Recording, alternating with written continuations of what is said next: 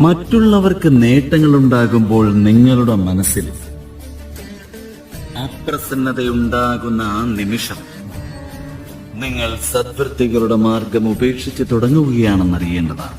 മറ്റുള്ളവരുടെ ഉന്നതി ദർശിക്കുമ്പോൾ നിങ്ങളുടെ മനസ്സ് ആനന്ദിക്കുവാൻ പോലും വിസ്മരിക്കുകയാണെങ്കിൽ നിങ്ങളുടെ മനസ്സിൽ പൈശാചിക വൃത്തികളുടെ വാസം ആരംഭിച്ചു കഴിഞ്ഞുവെന്നും മനസ്സിലാക്കാം. നിങ്ങൾ മറ്റുള്ളവരുടെ ആനന്ദത്തെ ശോകമായി പരിവർത്തനപ്പെടുത്തുവാനായി പ്രയത്നിക്കുകയാണെങ്കിൽ നിങ്ങൾ പിശാചുക്കളായി പരിവർത്തനപ്പെട്ടു കഴിഞ്ഞുവെന്ന് മനസ്സിലാക്കേണ്ടതാണ്. അതിനാൽ ഏവരുടെയും പ്രഥമ കർത്തവ്യം ഒന്ന് മാത്രമായി അവരവരുടെ അന്തരംഗത്തിലുള്ള ശുഭാവസ്ഥകളെ ഒരിക്കലും ഉപേക്ഷിക്കുവാനിടവരുത്. കാരണം ശുഭാവസ്ഥയും യോഗവിദ്യയുമാണ് ഒരു വ്യക്തിയെ ദ്വേഷം, ഈർഷ്യ, പൈശാചിക വൃത്തികൾ തുടങ്ങിയവയിൽ നിന്നും അകറ്റി നിർത്തുന്നു.